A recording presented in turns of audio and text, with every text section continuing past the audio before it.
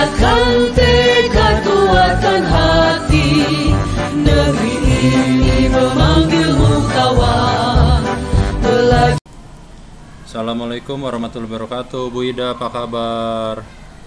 Waalaikumsalam warahmatullahi wabarakatuh. Alhamdulillah, kabar baik Pak Gilang. Gimana Pak Gilang? Sehat? Alhamdulillah, saya juga baik dan sehat.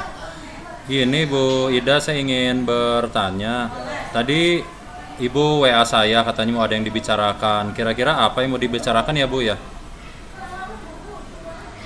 Iya Pak, begini Pak, saya mau cerita ini dan mencari solusi untuk masalah yang sedang saya alami. Jadi akhir-akhir ini ketika pembelajaran saya itu banyak siswa yang sering bolak-balik ke belakang, alasannya mau ke kamar mandi, ke toilet, padahal malah nongkrong di kantin atau jalan-jalan keliling di sekitar kelas. Oh begitu Bu. Berapa siswa tersebut yang jumlahnya Bu, kira-kira ada berapa? Ada sekitar 5 atau 6 orang. Bu Ida udah bertanya atau belum alasan mereka sering bolak-balik izin ke kamar kecil Bu? Pertama saya sih mendengar cerita dari teman sekelas anak tersebut. Kata anak-anak kelas tersebut itu mereka hanya alasan saja izin ke kamar mandi atau izin ke toilet, padahal ada di kantin Pak. Ada yang hanya jalan-jalan keliling sekolah. Oh baik. Kemudian setelah Ibu mendapat laporan dari siswa, apa Bu Ida sudah mengecek langsung? Saya langsung memanggil kelima anak tersebut. Kemudian saya ajak bicara secara pelan-pelan. Dan ternyata alasan mereka itu bosan di dalam kelas ketika pembelajaran pendidikan agama Islam. Terus juga alasannya karena sulit untuk mengerjakan soal-soal pendidikan agama Islam, Pak. Begitu, Bu. Bagaimana perasaan Bu Ida atau pendapat Ibu mengenai alasan dari siswa-siswa tersebut, Bu? Jujur, saya sedih, kecewa. Ya, saya merasa pembelajaran saya di kelas kurang dipahami siswa sehingga atau kurang diminatin siswa sehingga siswa bisa merasa bosan dan mencari alasan untuk keluar kelas. Nah, sekarang coba Bu Ida merefleksi diri, Bu. Apakah dalam pembelajaran Bu Ida selama ini apakah sudah mengcover semua kebutuhan belajar siswa, Bu? Dalam kegiatan belajar mengajar, saya sih perasaan ya sudah merasa maksimal mungkin pembelajaran di kelas terhadap siswa dengan metode-metode yang saya mampu gitu Pak. Alhamdulillah kalau Ibu sudah merasa maksimal ya. Kalau dari angka nih Bu 1 sampai dengan 10, pembelajaran yang sudah Bu Ida laksanakan kira-kira sudah berada di angka berapa Ibu? Sudah di angka 6 sampai 7. Karena saya melihat nilai rata-rata sumatif mereka diperoleh sekitar 60 sampai 70 sudah memenuhi KKM Pak, kriteria ketuntasan minimal. Memang harapan Bu Ida di angka berapa Bu sebenarnya? Wah, harapan saya mah di angka 9 atau 10. Ya harus bisa Pak, memang harus bisa. Baik, untuk mencapai angka tersebut dari yang Ibu Ida inginkan tadi 9 sampai dengan 10, solusinya apa nih Bu kira-kira? Mungkin dengan mengubah metode pembelajaran yang mungkin siswa anggap pembelajaran saya tidak asik, monoton, lebih menarik lagi agar siswa tidak bosan ketika pembelajaran pendidikan agama Islam Pak. Pembelajaran seperti apa yang ingin Bu Ida capai? Mungkin pembelajaran yang menumbuhkan keaktifan siswa sehingga bisa memotivasi siswa untuk senang ketika belajar pendidikan agama Islam dan tidak membosankan lagi. Kira-kira rencana apa Bu untuk mencapai pembelajaran tersebut? Yang pertama mungkin saya akan mencari referensi di PMM ya Pak, kan di sana tuh banyak referensi ya. Kemudian saya pernah tuh mempelajari materi tentang Universal Design of Learning di PMM juga. Menurut saya pembelajaran tersebut itu sangat menarik ya, karena pembelajaran yang sudah siap masuk ke Metro langsung masuk akan tertarik dalam pembelajaran pendidikan agama Islam. Sebelumnya Bu Ida sudah pernah mempraktekkan belum Bu pembelajaran berdiferensiasi tersebut? Sudah sih Pak, tapi belum, saya rasa belum maksimal karena masih belum begitu mendalami tentang pembelajaran berdiferensiasi pada waktu itu. Baik, sekarang apakah akan mencoba menggunakan pembelajaran berdiferensiasi dan menerapkannya pada kelas tersebut, Bu? Strategi apa yang akan dilakukan oleh Ibu untuk menerapkannya di kelas? Mungkin di awal kegiatan belajar mengajar, saya akan melakukan pemetaan atau observasi terhadap gaya belajar masing-masing siswa dan nantinya akan dikelompokkan menjadi 3 jenis kelompok, yaitu kelompok visual, kelompok auditori, dan kelompok kinestetik. Kalau dikelompokkan berdasarkan gaya belajar, apakah proses pembelajarannya akan dibedakan, Bu?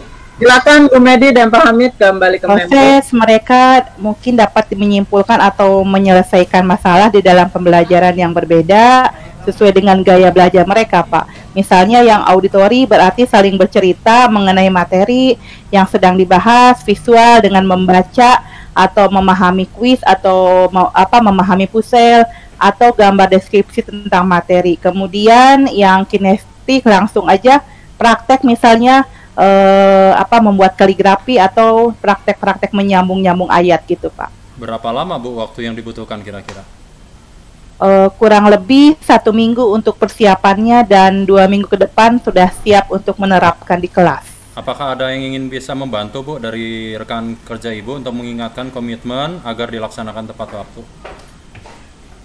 Ada sih Pak, kebetulan guru partner saya juga, guru pendidikan agama Islam juga, tentunya dengan bimbingan kepala sekolah juga dalam melaksanakan pelajaran tersebut, saya juga berkoordinasi ya dengan kepala sekolah, sehingga bisa berkolaborasi juga dengan teman sejawat seperti wali kelas dan guru mata pelajaran lainnya. Baik, ada berapa orang Bu teman rekan sejawat guru PAI di sekolah Ibu?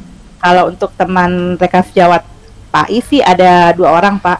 Oh baik, kalau boleh saya merangkum ya Bu dari sesi pertemuan kita hari ini.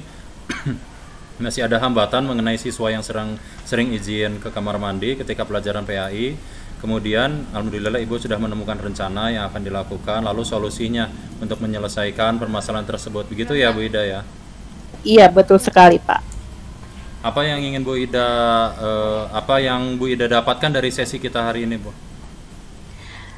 Ya, saya senang sekali sudah bercerita dengan Pak Gilang dengan permasalahan yang sedang saya hadapi ini, dan saya juga menemukan solusi dengan pembelajaran berdiferensiasi, dan saya berharap bisa diterapkan dengan maksimal dan tanpa hambatan, dan hambatan-hambatan nanti akan datang akan saya teratasi dan Oke, harus bisa diatasi. Baik. Sekarang di sesi terakhir ini apa yang Bu Ida rasakan? Saya bahagia, senang bisa berada di sesi ini, bisa mengeluarkan permasalahan saya terhadap Pak Gilang yang tadinya saya bingung menjadi tidak bingung lagi, mendapatkan solusi, dan saya paham. Terima kasih Pak Gilang atas pencerahannya. Sama-sama Bu Ida. Baik, nanti kita akan bertemu 1 minggu lagi ya Bu ya, perkembangan dari pembelajaran berdiferensiasi ini yang insya Allah akan dilaksanakan oleh Bu Ida. Saya tunggu cerita baiknya setelah melaksanakan pembelajaran berdiferensiasi. Mungkin sampai di sini dulu ya Bu Ida ya, tetap semangat, sehat selalu ya Bu. Baik Pak Gilang, terima kasih banyak. Izin pamit Bu, Assalamualaikum. Ya. Waalaikumsalam warahmatullahi wabarakatuh. Baik, dimulai Bu Ida. Assalamualaikum warahmatullahi wabarakatuh. Waalaikumsalam warahmatullahi wabarakatuh. Apa kabar Pak Gilang? Alhamdulillah baik Bu Ida. Bu Ida apa kabar? Alhamdulillah sehat. Oh iya, pada siang ini ada yang bisa dibicarakan. Apa Pak Gilang mau bicara apa nih? Iya, baik Bu, saya mau cerita ini mengenai pembelajaran saya di kelas. Lalu mungkin nanti akan ada solusinya, mungkin setelah saya diskusi dengan Ibu Ida ya. Permasalahan yang sedang saya alami ini, jadi akhir-akhir ini ketika jam pembelajaran saya, jam pelajaran matematika, ini ada beberapa siswa saya nih Bu yang sering kali bolak-balik ke kamar kecil alasannya gitu. Oh, begitu rupanya ya. Kira-kira berapa jumlah siswa yang sering bolak-balik ke kamar mandi? Kurang lebih sekitar 4 sampai 5 siswa, Ibu. Oh, Pak Gilang sudah bertanya kepada mereka alasannya mereka sering izin ke kamar mandi ketika jam pelajaran Pak Gilang? Baik, Bu, saya sudah bertanya kepada beberapa siswa teman-teman yang berada di dalam kelas. Kata anak tersebut, mereka hanya alasan saja ke kamar kecil. Ternyata mereka itu ada yang hanya berjalan-jalan di lapangan, lalu ada yang jajan di kantin, mencari alasan lah pokoknya untuk tidak berada di dalam kelas, begitu, Bu. Oh, baik. Nah, setelah Pak Gilang tahu laporan dari siswa, Pak Gilang ngecek langsung apa tidak? Saya langsung mengecek langsung, terus sambil memanggil 4 sampai 5 anak tersebut, saya ajak bicara pelan-pelan, ada apa sebenarnya kalian tidak betah di kelas dengan alasan harus ke kamar kecil. Ternyata alasan mereka adalah bosan berada di dalam kelas, khususnya di mata pelajaran matematika. Katanya adalah pusing dalam mengerjakan soal-soalnya, yang terkadang mereka rasa juga sulit gitu, Bu Ida. Oh, begitu ya. Nah, terus perasaan Pak Gilang setelah mengenai alasan siswa-siswa seperti itu bagaimana? Jujur saya merasa sedih, kecewa juga. Ternyata dalam saya menyampaikan materi pembelajaran di kelas mungkin ada hal-hal yang kurang menarik dalam pembelajaran saya yang cenderung monoton, sehingga mereka merasa bosan, Bu, untuk belajar di dalam kelas. Nah, sekarang coba Pak Gilang sambil refleksi diri, apakah dalam pembelajaran di kelas sudah mengcover seluruh kebutuhan siswa apa belum? Baik, dalam kegiatan belajar mengajar saya sudah merasa maksimal untuk memberikan pelayanan kepada siswa, Bu. Saya juga sudah merasa sudah mengcover semua kebutuhan belajar siswa yang ada di kelas saya, begitu, Bu Ida. Oh, gitu ya. Kalau dari angka 1 sampai dengan angka 10, pembelajaran yang dilaksanakan oleh Pak Gilang sudah berada di angka berapa nih? Saya merasa masih berada di angka 6 sampai 7, Ibu, karena saya melihat dari nilai rata-rata sumatif harian mereka yang mereka peroleh hanya sekitar 60 sampai 70. Lalu apakah nilai tersebut sudah memenuhi kriteria ketuntasan minimal atau belum, itu juga masih menjadi pertanyaan saya gitu, Bu Ida. Nah, harapannya ingin di angka berapa Pak Gilang? Yang saya inginkan itu mudah-mudahan bisa di angka 9 sampai 10 ya, Bu ya. Kalau bisa, harusnya sih harapan saya bisa, Ibu. Baik, untuk mencapai angka yang diinginkan, solusi apa nih kira-kira yang akan Pak Gilang lakukan? Mungkin saya akan mencoba dengan mengubah metode pembelajaran yang biasanya hanya ceramah, klasikal, dengan metode pembelajaran yang lebih menarik, dengan menggunakan media pembelajaran seperti PowerPoint, video, atau melihat tayangan di YouTube agar siswa tidak bosan pada saat pelajaran matematika. Begitu, Bu Ida. Oh, kira-kira rencana untuk mencapai pembelajaran tersebut apa, Pak? Rencana saya adalah saya ingin menumbuhkan keaktifan siswa agar mereka bisa berani tampil di depan, lalu memotivasi siswa agar senang untuk belajar matematika dan tidak membosankan dalam pembelajaran yang ada di kelas gitu, Ibu Ida. Begitu ya. Sebelumnya apakah Pak Gilang sudah pernah mempraktekkan pembelajaran berdiferensiasi atau belum? Sebelumnya saya belum pernah sih, Bu, untuk melaksanakan pembelajaran berdiferensiasi. Gimana, Bu Ida, ada masukan? Oh, apakah sebaiknya mencoba untuk pembelajaran berdiferensi di kelas, Pak? Oh iya, agar anak-anak lebih tertarik. Oh iya, boleh ya, Bu ya, dengan pembelajaran berdiferensiasi ya, agar kita bisa memenuhi kebutuhan belajar murid, tidak hanya peserta didik yang kemampuannya tinggi saja yang dapat kita jangkau atau kita capai. Ternyata dengan pembelajaran berdiferensiasi. Harapan saya sih mudah-mudahan peserta didik yang kemampuannya menengah ataupun yang masih rendah dapat memenuhi kriteria ketuntasan minimal juga ya Bu ya. Baik Pak, sekarang kalau Pak Gilang akan mencoba pembelajaran berdiferensiasi ini dan mencoba menerapkannya di kelas Pak Gilang, mungkin strategi yang dilakukan Pak Gilang di kelas kira-kira strateginya seperti apa Pak? Baik, untuk strategi yang mungkin saya pakai ada di awal pembelajaran, saya akan menggunakan pembelajaran berdiferensiasi dengan menerapkan di kelas saya itu Bu. Mungkin pertama-tama saya membentuk kelompok belajar juga berdasarkan acak saja, tidak melulu berdasarkan gaya belajar mereka, tidak berdasarkan gaya belajar auditori, visual maupun kinestetik.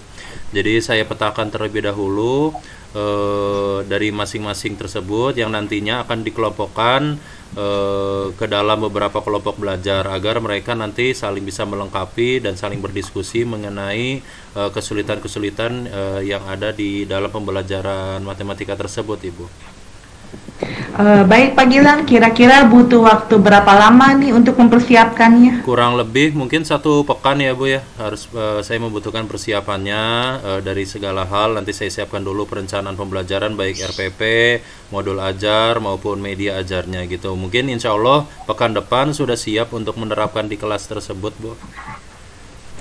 Ada yang bisa membantu untuk mengingatkan komitmen agar dilaksanakannya tepat waktu, Pak Gilang?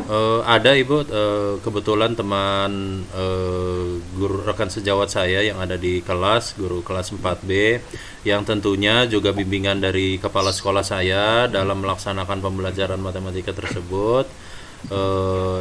Dan saya harap saya dapat berkoordinasi dengan kepala sekolah, dengan rekan sejawat, dan berkolaborasi dengan sesama guru yang lain. Gitu Bu Ida. Oh, ada berapa orang teman guru di Pak Gilang? Ada kurang lebih ada 14 rekan guru Ibu yang ada di sekolah saya. Oh gitu ya. Apa yang Pak Gilang dapatkan dari sesi ini? Yang saya rasakan itu saya jadi mengetahui tahapan pembelajaran, terutama pembelajaran yang dengan metode yang lain, dengan pembelajaran berdiferensiasi, strategi yang insya Allah akan saya gunakan ke depan dengan cara mengelompokkan siswa dan berdiskusi kelas mengenai pemecahan masalah dalam pembelajaran, dan juga harapan saya adalah saya dapat memenuhi kebutuhan belajar peserta didik agar capaian pembelajaran yang saya harapkan dapat tercapai. Begitu Bu Ida.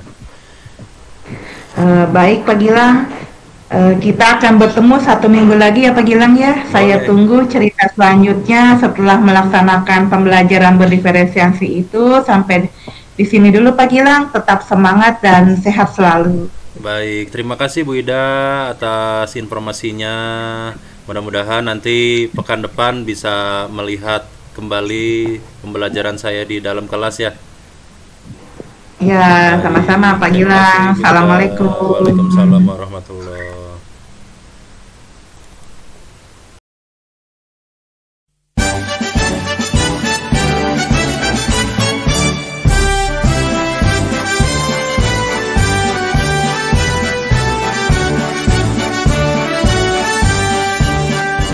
Bulatkan tekad, kuatkan hati, negeri ini memanggilmu kawan.